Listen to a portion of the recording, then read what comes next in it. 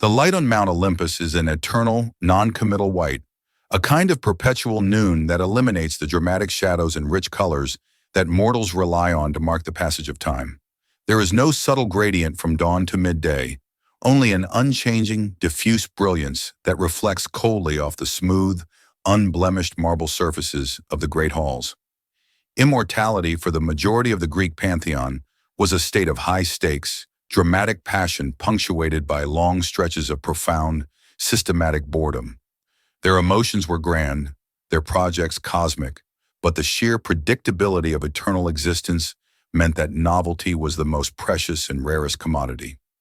For the goddess Athena, born of pure, practical thought and characterized by an obsessive dedication to efficiency and process, this stagnation was a subtle, persistent irritant, like a stone perpetually placed just beneath the heel of one's sandal.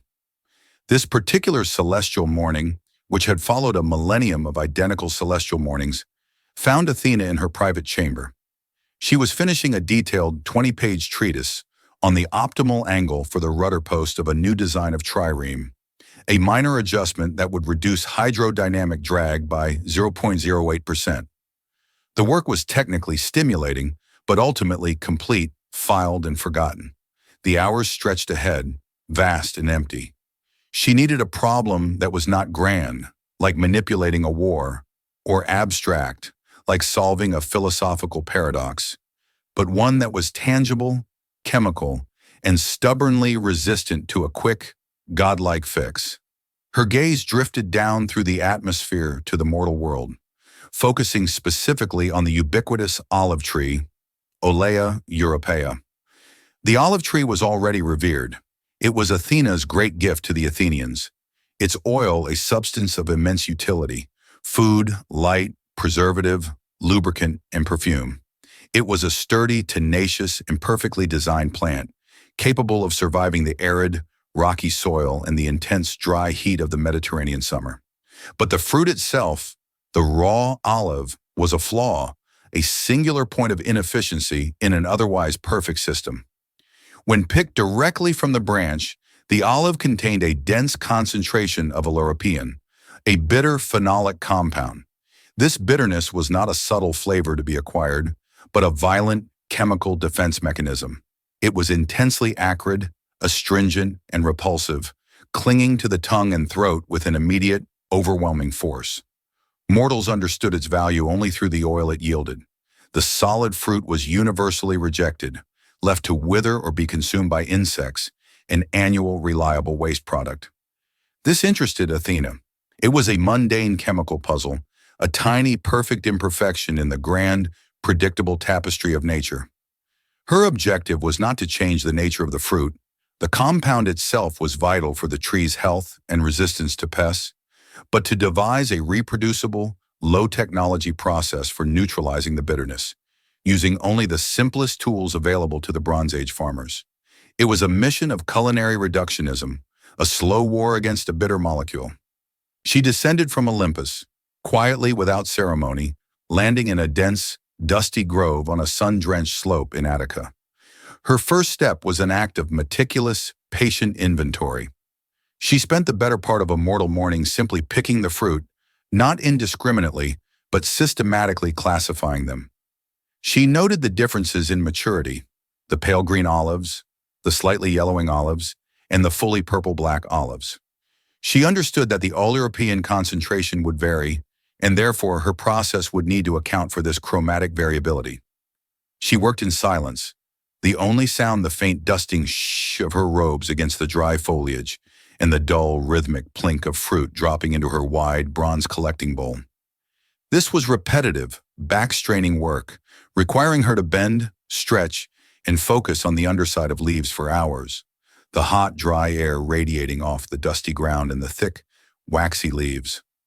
The simple physical labor was a welcome anchor in the slow-moving hours. She filled 4 separate large clay jars, pithoi, one for each maturity level, with hundreds of olives each. The sheer volume of this collection was the first testament to the scale of her task. Each olive, identical to the next, represented an identical, separate chemical challenge. She did not rush. She inspected the skin of each, ensuring there were no pre-existing blemishes, no insect bites, no flaws that would preemptively compromise the later chemical process.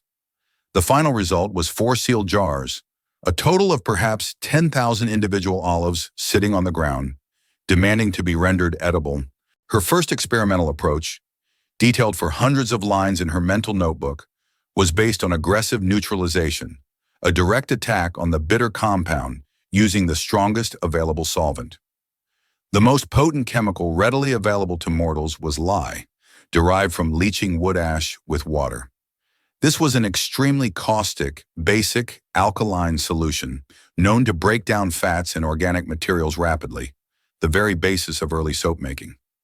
Athena prepared the lye solution meticulously, measuring the ash-to-water ratio with the precision of a master metalsmith, producing a thick, gray, and highly corrosive liquid.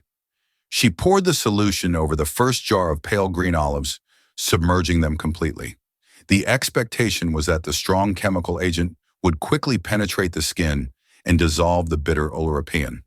The result was a rapid, dramatic failure. The lye was too aggressive. Within a single hour, the delicate cell structure of the olive flesh nearest the skin was utterly destroyed, turning the fruit into a slick, gelatinous mush while leaving the core bitterness near the pit intact. The solution had chemically violated the olive rather than gently coaxing the bitterness out. She poured the jar's contents onto the dry ground, the caustic smell rising in the heat, confirming that power without patience was a poor tool. Her second trial, applied to the second jar of slightly more mature olives, was equally direct but less aggressive. Intense salinity. She used the strongest sea salt available, dissolving it into a brine so concentrated that it instantly puckered the mouth and left a thick, white residue on the edge of the bowl. She submerged the second batch. This method was known to preserve meat and fish by drawing out moisture, and Athena hoped it would similarly draw out the bitter compounds. This failed too, but slowly. The intense salt solution preserved the structural integrity of the fruit perfectly, but its osmotic pressure was so great that it formed an impervious salt barrier on the surface of the olive skin. The bitterness could not escape through the newly created salt shield. The fruit remained crunchy, perfectly preserved, and violently bitter inside. This taught her that the fruit needed help to breathe, a path for the bitterness to escape the prison of the skin. The long, silent hours of her initial collection and the subsequent meticulous failures underscored a profound lesson, one utterly contradictory to the impulsive nature of Olympus. The invention of the olive snack would be a triumph of extreme moderation and unwavering slowness. The bitter fruit resisted haste. It demanded a methodical, repetitive surrender. The failure of the initial aggressive chemical trials, the destructive force of the lye, and the overwhelming salinity of the strong brine confirmed Athena's primary analytical deduction. The bitterness was trapped within the cells of the olive flesh, protected by the fruit's thick, waxy skin. The solution was not to accelerate the chemical reaction, which led to immediate structural degradation, but to accelerate the path of escape for the bitter compounds into the surrounding liquid. This required a physical intervention, a manual breach of the protective barrier, followed by the patient application of the gentlest solvent available: water, applied in continuous, repetitive cycles. Her attention shifted from the grand, aggressive chemicals to the micromechanics of the fruit structure. She discarded the idea of crushing or bruising, methods favored by the impulsive mortals when dealing with nuts or grains. That would merely release too much sugar and oil, leading to catastrophic rot and a mushy texture. Instead, she needed to create a controlled escape route. Her eyes scanned the dusty tools of the nearby mortal settlement, the crude farming implements, the heavy axes, the blunt knives. All were too clumsy, too destructive for the delicate purpose. She finally selected a small, needle-sharp bronze awl, the kind used by leather workers to pierce thick hides for stitching, a tool designed for focused, minimal penetration, not for brute force. This awl, with its fine point, was the only instrument capable of administering the necessary, small-scale trauma without destroying the fruit's overall integrity. The meticulous work of slitting every single olive in her remaining 2 large batches, the slightly mature yellow-green, and the fully ripe purple-black now began. This was an exercise in pure, intense, focused repetition. Athena knelt on a low, flat stone, the dry, sun-baked earth radiating heat up into her robes, and the bronze collecting bowl of fresh olives rested beside her. She worked with the quiet, unblinking intensity of a master craftswoman attending a difficult piece of filigree. The process was broken down into a four-part, utterly monotonous sequence that demanded unwavering fine motor control. Grasp, orient, pierce, drop. She would grasp a single olive between the thumb and forefinger, feeling the slight, natural variation in its shape and firmness. She would orient it, finding the clean, unmarked center line along the fruit's length where the skin was tautest. She would then pierce it, driving the awl through the skin and slightly into the flesh with a focused, minimal force, ensuring the cut was no longer than a centimeter, and critically that the awl did not scrape against the hard, woody pit. The sound of this piercing was a faint, continuous ship, repeated tirelessly with every single fruit. Finally, she would drop the now wounded fruit into a new, clean earthenware jar. The sound of the olive hitting the ceramic bottom was a soft, hollow cluck, a small, metallic punctuation mark in the slow, silent rhythm of her work. This action was repeated not hundreds, but thousands of times. The sheer volume of the task was designed to induce mental fatigue through the demand for perfection in micro-movement. Each olive, identical to the last, represented an identical, separate chemical challenge, demanding the same precise level of attention. A moment of relaxed grip would cause a crush. Too much force would shear the fruit. The simple, repetitive movement strained the fine muscles of her hand, creating a dull, continuous ache beneath the thumb joint and across her palm. A novel sensation of physical weariness that she quietly logged. The oily, slightly sticky sap of the olives, bitter even when fresh, coated her fingers, demanding frequent, momentary pauses to wipe her hands on the dry earth, only to resume the identical task with the next fruit. She worked through the batches systematically. The less ripe, slightly yellowish olives resisted the blade with greater firmness, demanding heightened concentration and slow pressure. The dark purple-black olives, softer and closer to yielding, required a far more delicate touch to prevent the already slightly yielding flesh from collapsing entirely around the bronze point. This minute, continuous recalibration of grip and angle prolonged the entire operation. 3 full hot hours passed in the quiet rhythm of grasp, orient, pierce, drop, until every single olive had been surgically breached, their bitterness given a narrow, controlled path to escape. With the physical trauma administered, the slow, chemical leaching process could begin. Athena prepared the solvent, pure cold water drawn from a nearby spring, unadulterated by salt or chemical agents. The previous experiment had proved that even a little salt created an osmotic barrier. The water must be completely fresh, serving only as a passive carrier for the bitterness. She submerged the slit olives entirely in the cold, clear liquid. The pythoi were then moved to the cool, deep shade of a massive plane tree, protected from the direct heat that could accelerate unwanted decay. The real work now began, the ritual of the daily water change.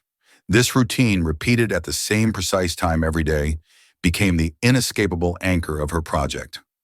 Every 24 hours, the water had to be completely drained and immediately replaced.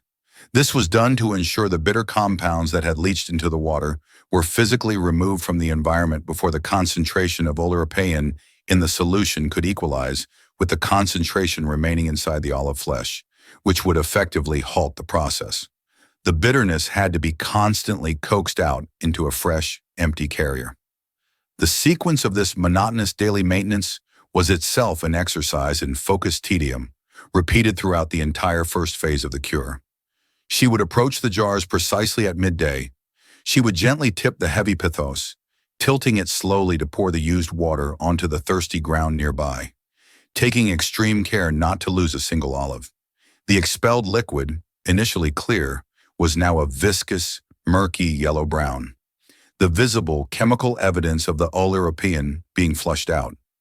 The smell was sharp, vegetal, and intensely acrid, a concentrated version of the raw fruit, which had to be immediately disposed of. The process of pouring was slow, demanding immense core strength and control to hold the heavy jar steady as the liquid drained. The sound of the thick, bitter water sloshing out, then slowly soaking into the dry ground, was a quiet, continuous glug, glug, glug.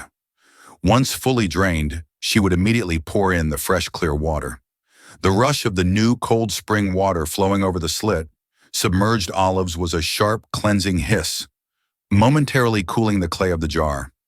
This act of replacement, the slow removal of the unpleasant, and the quick introduction of the clear and pure, was repeated for all 4 jars, once every day. The duration of this water-leaching phase was the critical unknown, a duration determined only by the slow, resisting nature of the fruit itself. It could not be rushed. It demanded a surrender to the simple molecular dynamics of osmosis. Athena recorded the water's color change meticulously in her mind. Day 1, it was a dark, opaque brown. Day 4, it was translucent yellow. Day 8, it was merely a pale green tint. The fading of the color was the only measure of her success, and it was a progress measured in the geological timescale of patience, not the immediate action of the divine. This ceaseless, demanding cycle of slow chemical cleansing, repeated under the unrelenting Greek sun, redefined the meaning of work for the goddess of wisdom, proving that even the simplest food requires a persistent, boring submission to natural law and the unwavering consistency of effort. The water-leaching phase, the long, grinding routine of the daily water change, had successfully spanned 12 mortal days. Athena's meticulous mental logs, cross-referenced with the changing opacity of the liquid in the earthenware pithoi, indicated that the intense, volatile bitterness of the European had been substantially removed. On the final day of this phase, the expelled water was no longer a murky yellow-brown, nor a translucent pale green. It was merely faintly cloudy, almost indistinguishable from the fresh spring water she poured in. A small taste of the expelled liquid yielded only a slight vegetable-like pungency, not the overwhelming acrid punch of the raw fruit. The repetitive, simple power of pure, moving water had done its necessary work. However, the olives were still raw in the chemical sense. They were now edible, but utterly unstable. The lack of salt or any preserving agent meant that the fruit, newly softened by the leaching process, was a perfect breeding ground for undesirable, putrefying bacteria. If left in pure water, the olives would quickly turn to an unappetizing, sour sludge. The task now shifted from neutralization to stabilization and preservation. This required the reintroduction of salt, but this time, the concentration had to be exact, a gentle aid to preservation, not a strong barrier to osmosis, which had been the failure of Trial 2. Athena spent the next half day in the painstaking process of brine preparation. This was not a quick measure. It was a slow, detailed culinary calculus. She required a large quantity of clean water and unrefined sea salt, heavy, gray, and thick with the faint scent of the Aegean. She measured the ingredients using simple, standardized measures. 1 clay cup of salt for every 20 cups of water, a ratio calculated to achieve a salinity of approximately 6 to 8%, enough to discourage harmful bacteria, but low enough to allow the desired fermentation to proceed and to be palatable to the mortal tongue. She stirred the vast quantity of water in a separate, massive mixing vat, using a long, smooth cypress branch until the salt was fully dissolved. The heavy, repetitive motion of the stirring, the low slosh, slosh, slosh of the water mixing with the granular salt, became the background rhythm of the hot afternoon. She did this for nearly 2 hours, until not a single grain of grit could be felt at the bottom of the vat. The critical assessment of the brine was conducted using the float test, a rudimentary but highly precise method. She gently placed a fresh egg, retrieved from a nearby farm, into the prepared brine. The egg did not sink completely, nor did it float high on the surface as it would in an overly aggressive solution. Instead, the egg bobbed slightly beneath the surface, with only a small, dimpled area of the shell visible above the liquid line. This subtle buoyancy confirmed the brine had achieved the perfect equilibrium, strong enough to inhibit decay, gentle enough to allow the internal processes of the olive to continue its slow work. The simple visual observation of an object floating became the ultimate validation of her chemical work. The jars, having just been drained for the final time in the leaching cycle, were now ready to receive this stabilizing brine. Athena slowly, carefully poured the prepared solution over the thousands of slit olives. The sound was softer this time, a lower, more satisfying rush of liquid settling into the clay. The brine replaced the pure water, filling the minute spaces opened by the slitting process and beginning to permeate the flesh of the olive. This was the moment the project transitioned from a cleaning operation to a long-term storage operation, moving from days to weeks. The jars were then covered, not with a tightly sealed lid, which would cause an explosive buildup of fermentation gases, but with a piece of clean, heavy linen cloth tied loosely around the rim with a strip of leather cord. This allowed the necessary gas exchange to occur while preventing dust and insects from entering the solution. The entire arrangement, the large clay jars sitting patiently in the cool, filtered light beneath the plane tree, now took on the appearance of a silent, scientific ritual. The phase of lactic acid fermentation began. This was the most important, yet least visibly active stage of the entire process. Athena understood that the residual natural sugars left in the olive flesh, now accessible through the slits and gently softened by the leaching, would become food for the wild airborne bacteria and yeasts. These microorganisms, normally considered a curse by mortals, causing milk to sour or food to rot, were here recruited as vital, microscopic workers. Their job was to consume the sugars and, in doing so, produce lactic acid, which would naturally lower the pH of the brine. This acidity was the final protective shield, giving the olives their characteristic tangy, savory flavor and ensuring they could be preserved for months, even a full year, without refrigeration. For the mortal weeks that followed, Athena's role changed from active laborer to passive supervisor. Her work was reduced to the monotonous sensory inspection, performed precisely at the same midday hour, when the heat was highest and the light was most revealing. Her daily routine was defined by a sequence of slow, repeated checks that demanded patience and a resistance to interfering with the microbial process. She would kneel by the jar and slowly lift the linen cloth, visually searching for surface film or foam. A light, frothy, uniform foam indicated desirable active fermentation, while a heavy, dark, or multicolored, crusty scum indicated the growth of destructive mold or botrytis, which would necessitate the entire batch being discarded. A failure that would represent 4 months of wasted effort. She spent several minutes simply staring, logging the color, density, and activity of the thin layer of froth. The subtle variations day to day, a slight increase in foam, a faint clearing of the brine, were the only markers of progress. Following the visual check, she would lean down and inhale the air trapped beneath the linen. The initial smell was vegetal and sharp, but as the process matured, this transitioned slowly into a clean, sour buttermilk aroma, the signature of lactic acid. If the smell was rancid, rotten, or sulfurous, the sign of the wrong bacteria taking hold, the batch was ruined. The constant, repetitive assessment of a subtle, unchanging odor was its own form of meditative exhaustion, demanding the precise, repeated identification of a minimal chemical change. Finally, she would press her ear to the cool clay wall of the pythos. In the quiet environment, she could occasionally hear the low, nearly inaudible fizzing sound, a continuous tickle that was the sound of the carbon dioxide, a byproduct of the yeast escaping the fluid. If the fizzing was vigorous, the fermentation was too fast. If it stopped completely, the process was dead. The preferred sound was a quiet, steady, continuous whisper of chemical activity, maintaining the boring rhythm of the curing process. The weeks stretched into what mortals called a season. The olives, which had floated high on the pure water, began to sink. This was a crucial physical indication of success. As the brine fully permeated the cells and the natural internal sugars were consumed and replaced by the denser salt and acid solution, the density of the fruit increased. Athena performed the single olive drop test every 3 days. She extracted 1 olive and dropped it into a cup of clear water. An olive that sank quickly was fully cured. An olive that still bobbed or floated high needed more time.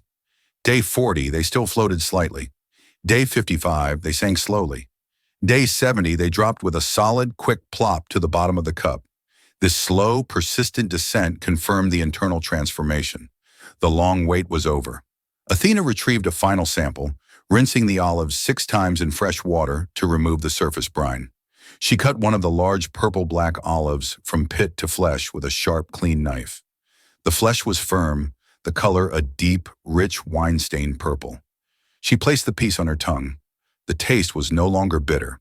It was firm, complexly tangy from the lactic acid, perfectly salty, and imbued with a deep, savory oiliness. It was finally edible. It was a culinary product that had transitioned from a bitter defense mechanism to an enduring, flavorful food staple.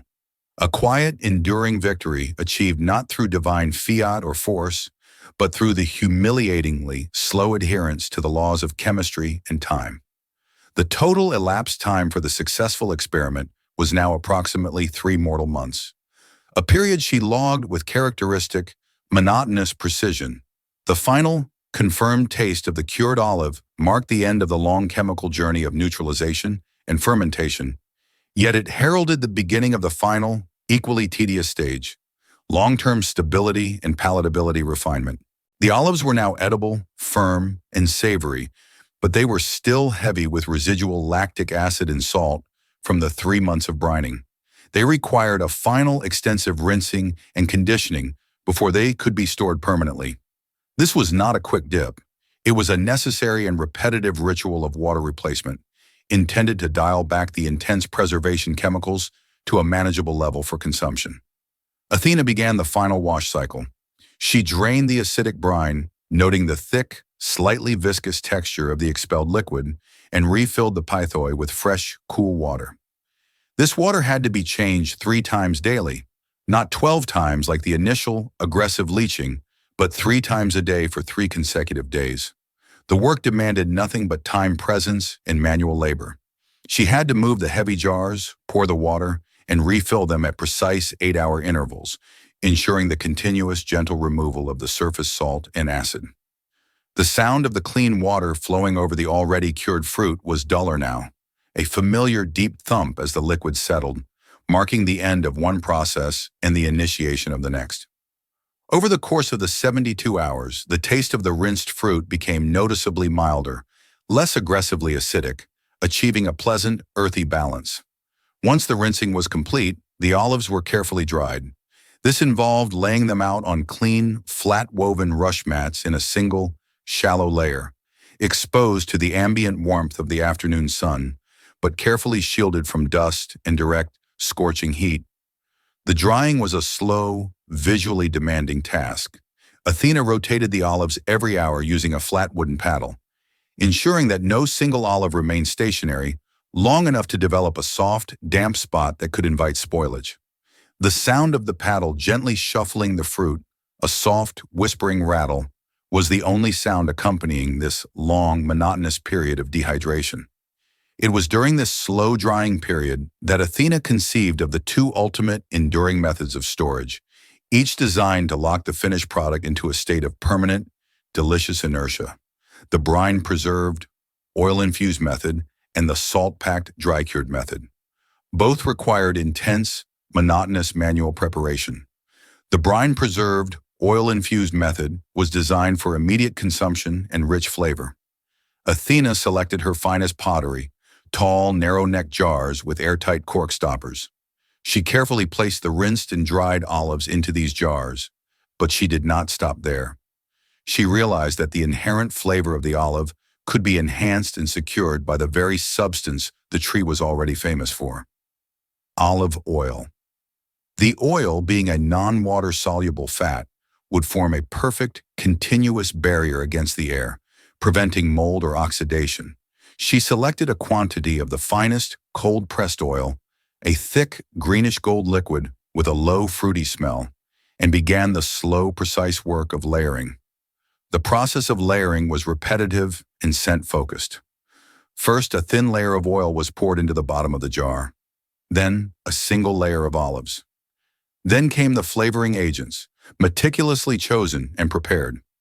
She chose dried oregano, the small, brittle leaves crumbling under her fingers, thinly sliced lemon rind, the work of a razor-sharp bronze knife, to ensure only the zest and none of the bitter white pith was included, and crushed garlic cloves, their scent pungent against the mild herbal backdrop of the oil.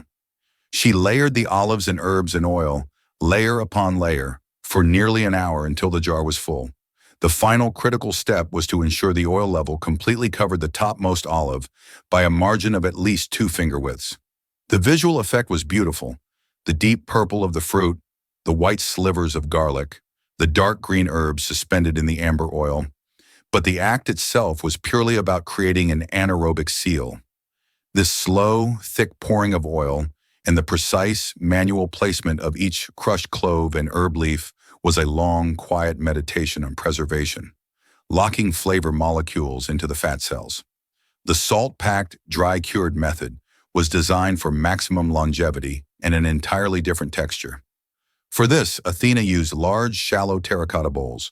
She took a separate batch of rinsed olives and mixed them with an immense quantity of coarse, heavy rock salt, the kind used to preserve fish. This mixing was done by hand, a noisy, abrasive exercise. The sound of the salt grinding and crunching against the hard, dry skin of the olive was a rhythmic, scratching hush, hush, hush. This was a deliberate act of extreme dehydration. The salt would slowly, mercilessly draw the remaining moisture out of the olive flesh, causing the fruit to shrivel and wrinkle, concentrating its flavor and creating a natural, salt-based crust that required no liquid other than the moisture it expelled. The sheer physical demand of manually rolling the sharp-edged salt and the delicate fruit together for 30 uninterrupted minutes was a monotonous challenge. The dry, cured olives then entered their own tedious phase of curing, requiring daily, minimal maintenance for another month. The salt would become wet and sticky with the liquid drawn from the olives. Every day, Athena had to brush and refresh the salt. She would pour off the dark, syrupy liquid that accumulated at the bottom of the bowl, and then gently mix the remaining salt and olives, ensuring that every surface of every shriveled fruit was recoated with a fresh, dry layer of salt crystals. The visual change was slow. The olives went from firm and plump to wrinkled, small and dense, a complete structural transformation achieved by the humble power of salt. The smell was intense, a rich, concentrated, savory aroma, but the work remained the same: repetition, observation, and meticulous non-interference. Finally, with both preservation methods proven successful and the initial batches ready for display, Athena turned to the most crucial, yet most tedious phase of any great invention: documentation. The knowledge had to be codified, formalized, and written down in a manner that was precise enough for a goddess, yet simple enough for a mortal to follow, even if they could not fully grasp the chemical principles involved. She prepared a thick rectangular slab of polished obsidian, a hard black volcanic glass, and selected a fine steel chisel and a light bronze mallet. The work of carving the standard olive curing protocol, SOCPA, took an entire mortal month. The process demanded absolute patience and consistency. Every single letter, every symbol representing a cup of salt or a day of waiting, had to be carved into the stone with the same depth, the same precision, and the same rhythm. The sound of the steel tip meeting the obsidian was a continuous, light, sharp tink, tink, tink, a sound that echoed the very ship of the awl she had used months before. She inscribed the exact ratios: the 12 days of water leaching, the 6 to 8% salinity of the brine, the 70 days of fermentation, and the 3-day final rinse, detailing the entire process in exhaustive, bureaucratic detail. The total number of letters and symbols was vast, and the concentration required to prevent a single mistake, a slip of the chisel that could ruin an hour of work, was immense. This final, silent labor of archival documentation was, perhaps, the most boring work of all, transforming a sensory achievement into an immutable, cold record. The final, meticulous labor of documentation, the slow, rhythmic tink, tink, tink of the steel chisel against the hard obsidian, was, after a mortal month, complete. The standard olive curing protocol, SOCPA, was now an immutable bureaucratic record, detailing every ratio, every required day of waiting, and every precise action required to replicate the process. Athena, with the cool satisfaction of a complex problem fully solved, prepared for the inevitable, yet entirely necessary presentation to the other Olympians. This was not a moment of anticipated glory, but the formal, bureaucratic completion of a major divine project. The assembly on Mount Olympus was, as always, characterized by stagnation and overabundance. The gods had access to nectar that renewed life and ambrosia that healed all wounds. Their banquets were eternal, featuring perpetual roasts and fruits of impossible sweetness that never decayed. Against this backdrop of effortless perfection, a preserved, salty, tangy foodstuff, the olive snack, could only be viewed with profound indifference. Athena understood this cognitive dissonance perfectly. Her invention addressed a mortal problem, scarcity and spoilage, not a divine one, boredom. The meeting was convened in the Great Hall, a vast space of cold, luminous marble that amplified every unnecessary sound and conversation. Zeus, perpetually occupied with matters of lightning and lineage, presided from his massive throne. Ares was polishing his helmet, the repetitive shing-shing sound a dull irritant. Aphrodite was examining her reflection in a perfectly still pool of consecrated water, occasionally adjusting a lock of impossibly golden hair. The air was thick with the faint, cloying scent of immortal perfume and burnt cedarwood. Athena presented her results with precise, measured detachment. She did not use flowery language or dramatic gestures. She simply laid the obsidian slab, the sokpere, at the center of the vast circular table, where it sat like a massive, black bureaucratic tombstone. Beside it, she arranged 3 small, unpretentious clay saucers, one containing the brine-preserved, oil-infused olives, glistening darkly with oil and flecked with bright green oregano, one containing the salt-packed, dry-cured olives, shriveled, dusty, and looking somewhat skeletal, and one containing a handful of fresh, raw olives, a deliberate comparison designed to showcase the transformation. She began her presentation by stating only the objective facts. The Olea europaea fruit, previously inedible due to concentrated bitterness, has been processed through a 3-month, 5-stage protocol to create a stable, non-perishable, and palatable source of energy for mortals. She then proceeded to read the SOPA aloud, word for word, detailing the 12-day water-leaching phase, the precise 6% salinity, the required 70-day fermentation period, and the anaerobic storage requirements. The reading of the bureaucratic text, full of measurements and time constraints, was the dullest part of the presentation, lasting nearly an hour. The sound of her cool, calm voice detailing the tedious precision of the process was the ultimate test of the Olympians' patience.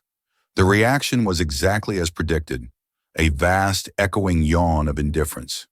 Hera was the first to speak, her tone heavy with the implication that this was all quite unnecessary effort.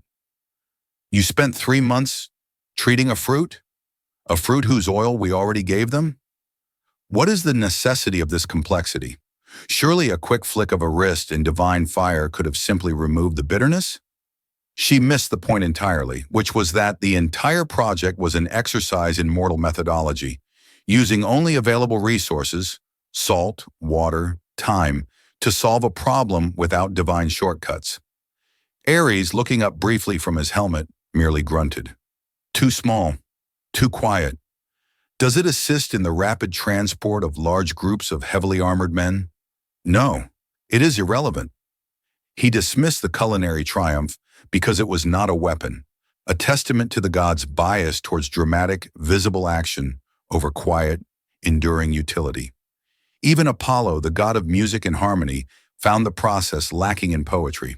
He picked up one of the oil-infused olives, examined the small wrinkled shape with fastidious distaste, and murmured, "Where is the beauty in the slow consumption of the self?" This is a process of rot and preservation. It lacks the freshness of the instant, the glory of the perfect, flawless harvest. He preferred the mythic ideal over the practical, durable reality. Poseidon, obsessed with the sea, pointed a massive finger at the salt-packed olives. If it requires that much salt, it is a poor substitute for fish. The sea already provides all necessary preservation. He tasted one of the intensely salty, wrinkled olives and made a theatrical grimace. Too much effort for such a small thing. Too dry. Too much salt. Zeus finally interrupted with a slow, booming voice. Daughter, the oil is important. The preservation of the oil is necessary. This preservation of the meat of the fruit is a quaint distraction, but you have documented it. It is complete. File the protocol with Hermes for archiving. The next item on the agenda concerns the unusually dry weather in Thrace. The entire invention was summarily categorized as minor archival data and instantly shelved. The ultimate anticlimax. The product of 4 months of meticulous, boring labor was simply forgotten in the face of the endless, more flamboyant cosmic crises. Athena felt no frustration. Her goal had been completion and verification, not applause. She simply retrieved the obsidian slab and the remaining samples, noting the entire meeting in her mental log with the same cool objectivity she used to record the daily movement of the brine's surface foam. The olives were not for the gods, who required no sustenance, but for the mortals, who required survival and stability. The work had been done. The protocol was filed. The invention was validated, not by the praise of the gods, but by the immutable proof on the obsidian slab. The most important phase, the introduction of the protocol to the mortal world, was now scheduled. The quiet cosmic indifference of Mount Olympus to Athena's invention was a necessary conclusion, confirming that the value of the preserved olive was purely earthbound. The true work, therefore, began not with the gods, but with the mortals who desperately needed the stability and caloric surety the process offered. Athena, retrieving her obsidian slab, the Standard Olive Curing Protocol, SOCPA, descended from the luminous, cold heights to the sun-baked plain of Attica, choosing a small, dusty coastal village whose inhabitants subsisted precariously between the meager yields of the sea and the demanding olive groves. She chose this place because its economy was already deeply intertwined with the bitter fruits oil, yet its people were often hungry. She selected her first student not based on intelligence or ambition, but on sheer, visible patience. His name was Lycus, an olive press worker whose primary job was the slow, rhythmic turning of the massive granite crushing stone, a job requiring immense, continuous physical effort devoid of any mental challenge. Lycus was already accustomed to the quiet, hour-after-hour boredom of repetitive labor. Athena presented the SOCPA to him, not as a miracle, but as a new required protocol for resource utilization. She did not explain the chemistry, she merely read the inscription, which detailed the required actions, one dull step at a time. The first and most significant challenge was not the complexity of the steps, but the mortal's inability to grasp the concept of an experiment spanning 3 months where the only visible reward was distant and uncertain. The first attempts, conducted by Lycus and 3 of his less patient neighbors, were plagued by predictable, monotonous failure. The most common error stemmed directly from the mortal's failure of patience during the water leaching phase. The SOCPA clearly required the water to be changed 12 times daily for 12 consecutive days. The work demanded that Lycus and his helpers drag the heavy earthenware pithoi to the well, drain the water, and refill it. A dull, back-and-forth movement across the dusty yard, 12 times a day, every day. By the 7th day, fatigue and skepticism had set in. The villagers, used to immediate results from their fishing nets or sudden reward from the hunt, found the continuous, unexciting repetition intolerable.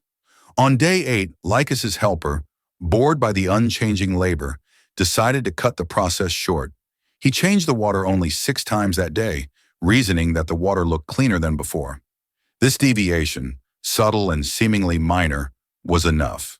When the leaching phase was completed and the olives were tested, the subtle remaining olerapian bitterness, though slight, was enough to ruin the final product.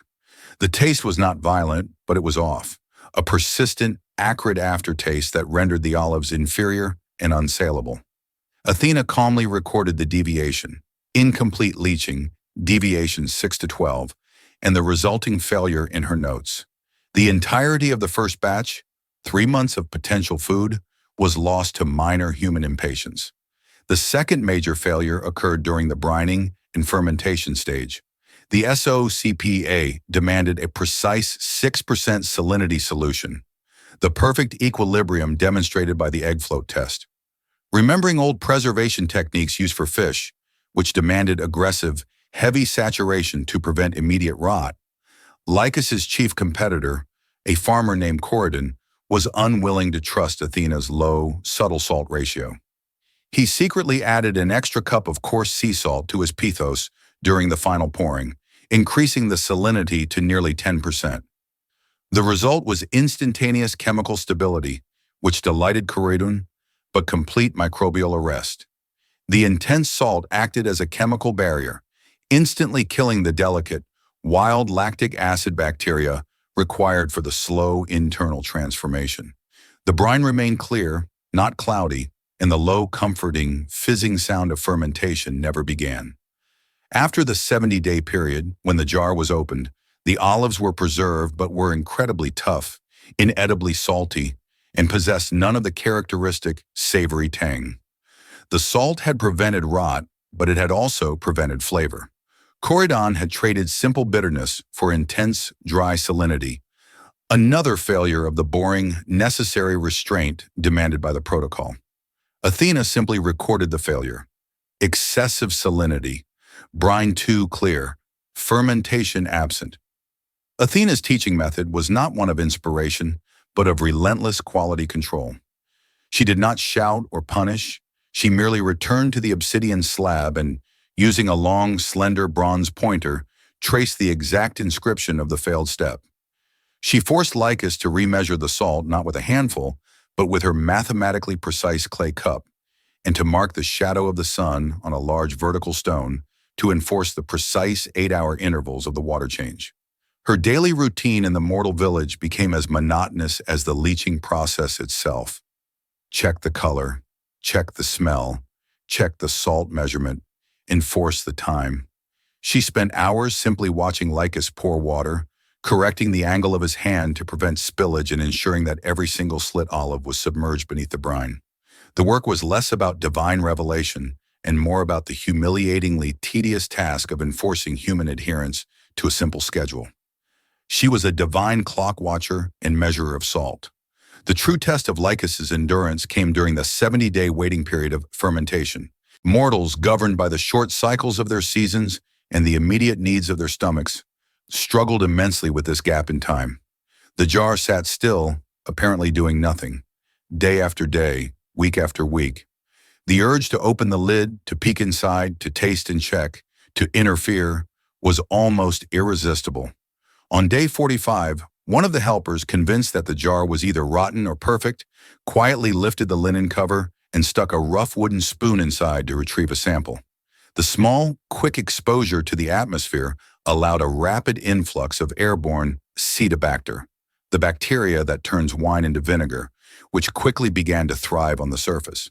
Though quickly resealed, the small invasion was enough to alter the chemical profile.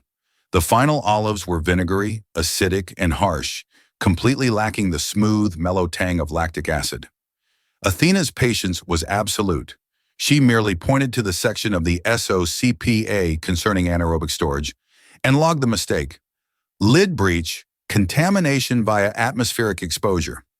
Finally, Lycus, having watched 3 entire batches fail due to minor, monotonous deviations, completed a batch with perfect, tedious adherence. He had followed the schedule exactly. He had used the exact measure of salt. He had kept the lid sealed for 73 consecutive days, checking the process only via the sound of the subtle fizzing. When the jar was finally opened, the color was right, the texture was firm, and the flavor was perfect, tangy, savory, and clean. This moment, which should have been a great, joyful celebration, was instead met with an overwhelming, settling sense of dread. Lycus realized that he had not invented freedom. He had merely been given a new, annual, mandatory chore. The price of having edible olives was the unending requirement to repeat the 4-month tedious process flawlessly, every single year, for the rest of his life. The invention was not a liberation from work. It was a subjugation to protocol. The quiet weight of this endless, predictable repetition was the true, boring inheritance left by Athena's magnificent anticlimactic invention. The final task was the slow, careful carving of a duplicate SOCPA onto a large piece of local slate, a task Lycus now undertook with a dull, knowing resignation. The immediate result of Lycus's successful, tedious 4-month endeavor was not a sudden feast or an acknowledgement of the divine origin of the technique, but a slow, geological spread of knowledge. The protocol, being inherently practical and effective, possessed an inertia that superseded all initial mortal skepticism. Lycus, now saddled with the unending annual mandate of curing the village's olives, began to teach the technique to his son, not with enthusiasm, but with the flat, repetitive tone of a man passing down an unavoidable, fundamental chore. The teaching focused entirely on adherence to time and measurement, the absolute necessity of the 6% brine, the unforgiving 12-day leaching period, and the silent patience required during the 70-day fermentation. The joy of invention had been replaced by the monotony of tradition. The knowledge did not travel on fast ships or via dramatic pronouncements. It moved slowly, painstakingly, through daily observation and cautious replication among neighboring villages. A traveling merchant would notice the firm, palatable olives in Lycus's store, inquire about the preservation method, and be given a hastily scratched copy of the Standard Olive Curing Protocol, SOCPA, on a piece of dried clay. The receiving village would then spend the next annual cycle attempting to replicate the technique, failing several times due to minor deviations, a warmer storage location, a slightly dirtier water source, or a loss of faith on day 50 of the fermentation, before achieving the cold, stable perfection. The invention propagated not through inspiration, but through the sheer, repetitive necessity of troubleshooting error after error. Each failure simply reinforced the sacredness and unyielding nature of the original, detailed protocol. As the technique spread across the dusty Greek peninsula and eventually hopped across the Aegean Sea to the islands and coastal settlements, regional variations inevitably, tediously emerged. These variations were not attempts at creative improvement, but pragmatic adjustments dictated by local geography. Athena, watching patiently from her Olympic isolation, observed these deviations with the dry intellectual interest of a scientist noting field data. The coastal villages, with their endless supply of salt and immediate access to cool, deep well water, heavily favored the brine-cured method, the original SOCPA. This required high volumes of water, a lot of heavy lifting for the drainage cycles, and the long, quiet wait. It was labor-intensive, but offered the highest yield and the crispest texture. Their olives were known for their clean, lactic tang, reflecting the absolute adherence to the prescribed fermentation period. Conversely, the small settlements perched high in the dry, rocky inland hills, far from reliable water sources, developed the dry-cured method into a high art. They had minimal water for the leaching phase, so the SOCPA was fundamentally altered. Instead of soaking and changing the water, the olives were simply crushed slightly to break the skin, a process requiring immense care to avoid mashing the fruit, then mixed aggressively with huge quantities of coarse, pulverized rock salt and left to cure in the hot, dry air. This process was brutal. The salt, a powerful osmotic agent, violently pulled the moisture and the bitterness out of the fruit over weeks. The resulting olives were shriveled, intensely wrinkled, and coated in a thick, white, crystalline powder of expelled salt and bitter moisture. They were then rubbed clean, a dry, gritty, repetitive labor that made the fingers raw, and finally sealed in oil. These olives were more intensely savory, concentrated, and had a higher resistance to spoilage than the brine variety, reflecting the dry, unforgiving climate. It was an adaptation born not of desire, but of the tyranny of the environment. These two dominant methods, the wet, watery, slow brine cure and the dry, aggressively salty, dehydrated cure, became the defining split in the new culinary landscape. Both required months of waiting, rigorous daily inspection, and a near-religious refusal to deviate from the established ritual of the chosen method. The entire annual cycle of the olive harvest now spanned from late summer, the picking, through late winter, the final preservation and sealing, imposing a 4-month period of necessary human constraint onto the farming calendar. The most profound element of Athena's legacy, however, was the ultimate subversion of her own divine effort. As generations pass, the story of Athena's anxious, painstaking work, the careful slitting with the bronze awl, the daily brine changes, the silent monitoring of the fermenting fizz, was completely forgotten. The process became so utterly normalized that it was no longer perceived as an invention that required effort, but as a natural property of the fruit itself. If a farmer was asked why he spent 70 days waiting for the brine to cloud, he would not say, because the goddess Athena discovered the necessary chemical process. He would simply say, it is necessary. The olives must wait for the bitterness to flee. This is how the earth works. The laborious artificial application of the SOCPA was absorbed into the collective consciousness as instinct or tradition. The divine was entirely erased by the sheer, unending mundanity of the repetition. The preserved olive had achieved the quietest, most pervasive form of immortality. It became boring. From her vantage point on Olympus, Athena watched this final stage of acceptance. It was the only part of the process that truly satisfied her. Zeus and Poseidon continued their loud, dramatic contests of power and ego, their actions creating spectacular, fleeting noise that required constant, tiring intervention. But below, the hundreds of villages, having absorbed the lesson of the Sope, were engaged in a quiet, continuous act of civilized stability. The rhythm of their lives now included the slow, careful preparation of the salt, the meticulous draining of the brine, and the final, gentle layering of the herbs. The preserved olive ensured they would not starve during the lean winter months.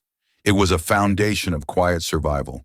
Athena's olive snack was a silent, eternal proof that the most valuable interventions in mortal existence are not the spectacular miracles that demand worship, but the unseen, tedious protocols that simply ensure continuity.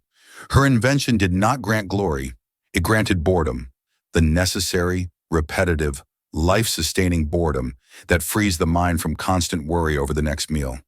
The great, enduring beauty of the Mediterranean lay not in its temples or its heroes, but in the humble, salted, oil-drenched fruit that silently guaranteed that tomorrow would almost certainly be exactly the same as today. The cycle was complete, perfect, and utterly wonderfully dull.